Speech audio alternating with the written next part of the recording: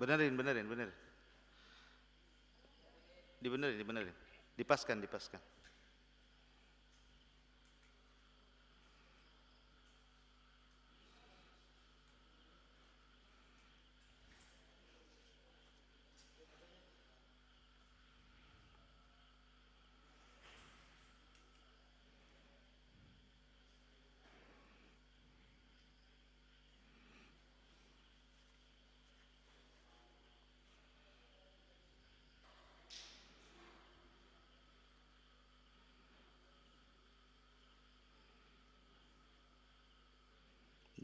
Udah.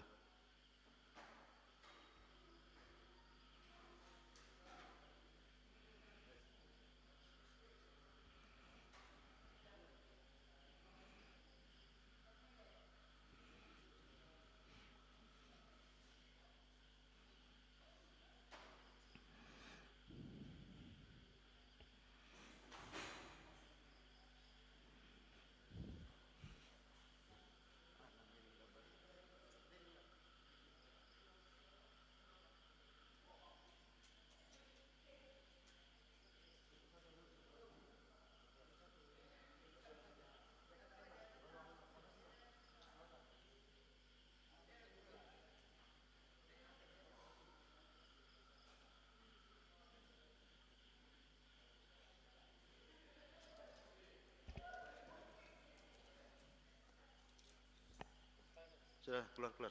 Nanti ribut saja.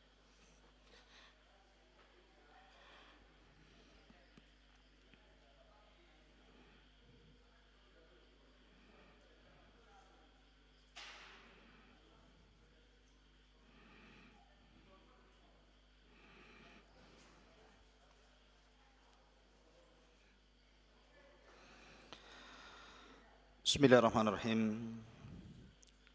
Assalamualaikum warahmatullahi wabarakatuh.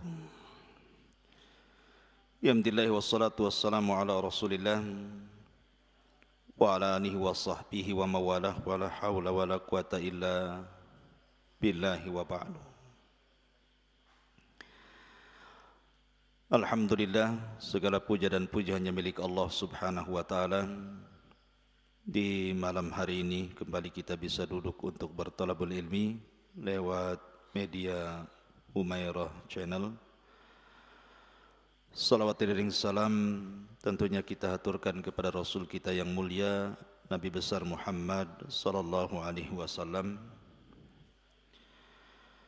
Dan pembahasan di malam hari ini kita akan membahas tentang malaikat yang tidak pernah turun ke bumi kecuali satu kali. Siapakah malaikat ini? Bagaimana kisahnya? Inilah yang kita akan bahas di malam hari ini. Ma'asyiral muslimin, para pemirsa dimanapun Anda berada, kita tahu bahwa malaikat diciptakan oleh Allah Subhanahu wa taala dari cahaya.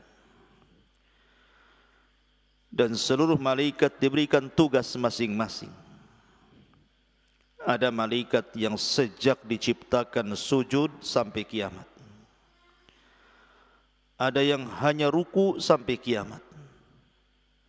Ada malaikat yang bertasbih sampai kiamat. Tapi ada juga malaikat yang tugasnya jauh lebih mulia, seperti Jibril menurunkan wahyu, Mikail menurunkan hujan, dan begitu seterusnya. Tapi ada satu kisah, malaikat ini tidak pernah turun ke bumi kecuali satu kali. Bagaimana kisah malaikat ini? Ada 3 hadis yang ingin saya sampaikan. Pertama, hadis yang dikeluarkan Imam Muslim dari sahabat Abdullah ibnu Abbas radhiyallahu anhuma. Jadi suatu ketika Jibril alaihi salam sedang duduk bersama Nabi sallallahu alaihi wasallam. Tiba-tiba Nabi sallallahu alaihi wasallam dikejutkan dengan suara yang sangat keras yang disebutkan di dalam hadis sami'a naqidan. Naqid itu artinya suara pintu yang dibuka. Kemudian Jibril menjelaskan bahwa suara pintu itu adalah pintu langit yang terbuka yang sebelumnya belum pernah terbuka. Karena langit itu punya pintu. Wa futihatis sama fakanat abwaba. Nah, ketika pintu langit itu terbuka dan sebelumnya belum pernah pintu itu terbuka, Jibril memberitahu bahwa ada malaikat yang turun dari pintu itu dan tidak pernah turun sebelumnya kecuali hari itu. Kemudian malaikat ini datang menemui Jibril dan Rasul yang sedang duduk-duduk, kemudian mengucapkan salam. Kemudian dijawab. Kemudian malaikat ini mengatakan kepada Rasul, abshir binuraini utitahuma.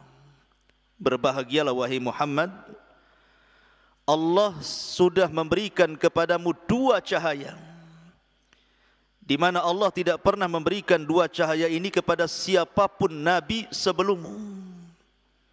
Kemudian malaikat ini mengatakan yang pertama Fatihatul Kitabi dan yang kedua khawatimu suratil Baqarati. Yang dimaksud dua cahaya itu artinya adalah pertama Fatihatul Kitab surah Al-Fatihah dan yang kedua penutup daripada surah Al-Baqarah. Karena siapa yang suka membaca dua cahaya ini, maksudnya Fatihah dan akhir surah Al-Baqarah, maka Allah akan berikan cahaya pada wajahnya. Maka ini disebut dua cahaya. Dan dari sini menunjukkan bahwa hadis Sahih Muslim ini bahwa malaikat ini belum pernah turun sebelumnya. Jadi malaikat ini diperintahkan Allah Subhanahu wa taala hanya untuk menyampaikan surah Al-Fatihah dan akhir surah Al-Baqarah.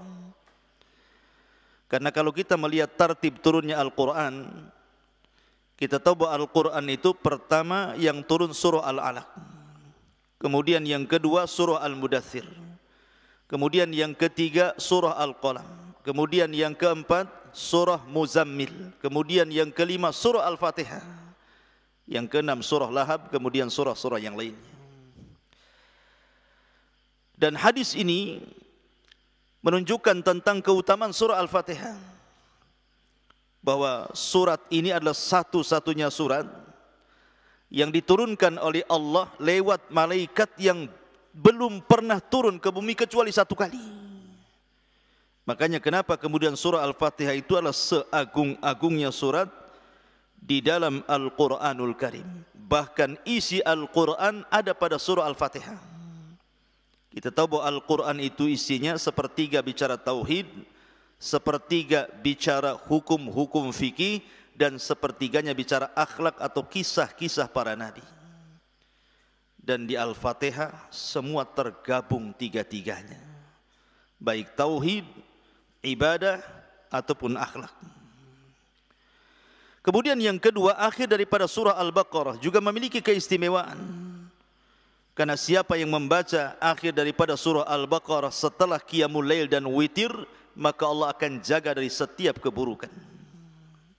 Ini hadis yang pertama. Hadis yang kedua adalah hadis Hudzaifah ibnul Yaman radhiyallahu an,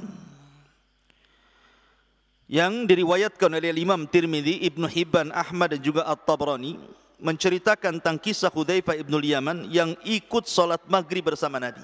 Jadi suatu ketika Hudzaifah ini datang menemui Rasul, kemudian salat maghrib bersama Rasul, disusul dengan isya bersama Rasul, kemudian Rasul pergi. Hudzaifah membuntuti dari belakang. Kemudian tiba-tiba Rasul berhenti, kemudian berbicara. Tetapi Hudzaifah tidak tahu siapa yang diajak bicara Nabi. Apakah dia sedang berdakwah kepada kalangan jin atau sedang bicara dengan siapa?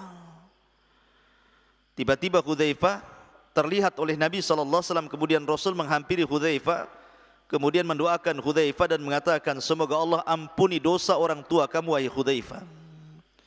Kemudian Nabi SAW menceritakan kenapa dia terhenti kemudian seolah-olah sedang berbicara.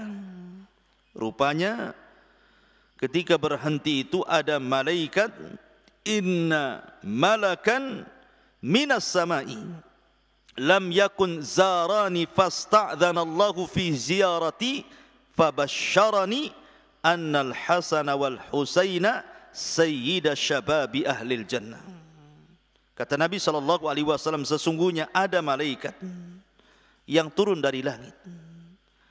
Malaikat ini tidak pernah berziarah kepadaku, artinya tidak pernah turun ke bumi. Dan dia minta izin kepada Allah untuk menziarahiku dan menghabarkan gembira kepadaku bahwa dua cucuku Hasan dan Husain akan menjadi pemimpin para pemuda di sorga. Menunjukkan bahwa di sini malaikat ini tidak pernah turun ke bumi kecuali satu kali, dan menghabarkan kepada Nabi SAW, annal Hasan wal Husaina sayyida sababi ahlil jannah, sayyida syababi ahlil jannah, bahwa Hasan dan Husain itu pemimpinnya para pemuda di sorga. Makanya saya nasihatkan lewat media ini, jadilah para pemimpin dalam setiap kebaikan. Jadilah anda pemimpin pada setiap kebaikan. Karena Nabi SAW mengisyaratkan kepada dua cucunya akan menjadi pemimpin para pemuda di sorga. Dan ini, hadis ini menunjukkan fadlul Hasani wal Husain, ada isyarat tentang keistimewaan Hasan dan juga Husain. Ini hadis yang kedua. Hadis yang ketiga, hadis dari Abu Hurairah radhiyallahu an yang dikeluarkan Imam Ahmad dan juga At-Tabrani dan juga Baihaqi dalam Syu'abil Iman dengan sanad yang hasan. Jadi suatu ketika Nabi SAW sedang duduk bersama Jibril, tiba-tiba kemudian insyaqqa ufuqas sama, tiba-tiba terbelah ufuk langit.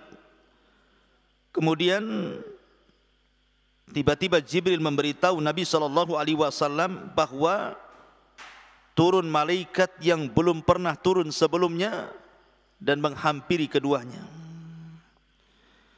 Kemudian malaikat ini tiba-tiba mengatakan, ya Muhammad, inna rabbaka yuqri'ukas salam wa yukhayyaruka baina an takuna nabiyan malikan wa baina an takuna nabiyan abdan.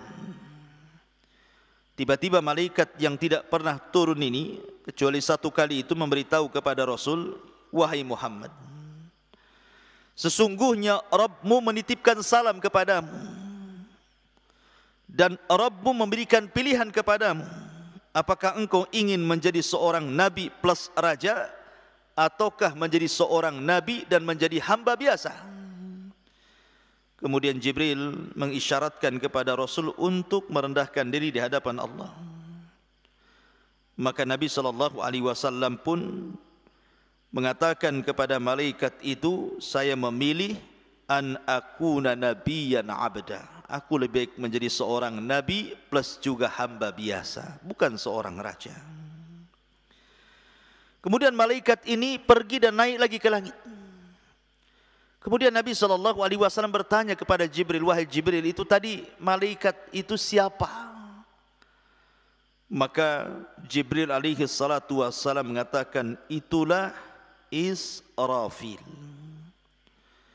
Khalaqahullah, Allah telah menciptakannya, yauma khalaqahu baina yadayin safan qadamaihi la yarfa'u tarafuhu atau tarfahu bainahu wa baina rabbi sab'una nura. Ini malaikat Israfil ini diciptakan oleh Allah Subhanahu wa taala. Kita tahu tugasnya apa? Israfil ini meniup sangkakala. Dan sejak Nabi SAW diutus menjadi Nabi dan Rasul, disitulah mulailah Israfil meletakkan ujung sangkakala di mulutnya. Sampai-sampai ada kisah begini. Suatu ketika Nabi SAW tidak enak makan, tidur, minum, tidak enak. Tiba-tiba kemudian sahabat bertanya kepada Nabi SAW tentang kemurungan Nabi ini. Maka Rasul mengatakan, "Fakaifa un'am wa qad iltaqamahu wa qad iltaqama sahibul qarni qarnan." Bagaimana aku bisa merasakan nikmat, kata malaikat Nabi ini, sementara Israfil sudah meletakkan moncong trompetnya di mulutnya dan siap untuk meniup sangkakalanya. Makanya wajar Rasul mengatakan bahwa antara dia Rasul sallallahu alaihi wasallam dan hari kiamat itu seperti dua jari, kata Rasul, jari tengah dan jari telunjuk, karena dekatnya. Kenapa? Karena tidak ada nabi sepeninggal Nabi sallallahu alaihi wasallam. Inilah kisah tentang malaikat yang tidak pernah turun ke bumi dan hanya satu kali turun ke bumi di 3 riwayat yang saya baca. Mudah-mudahan ada manfaatnya. Subhanakallahumma bihamdika asyhadu an la ilaha illa anta astaghfiruka wa atubu ilaik. Allahu ta'ala a'lam. Assalamualaikum warahmatullahi wabarakatuh.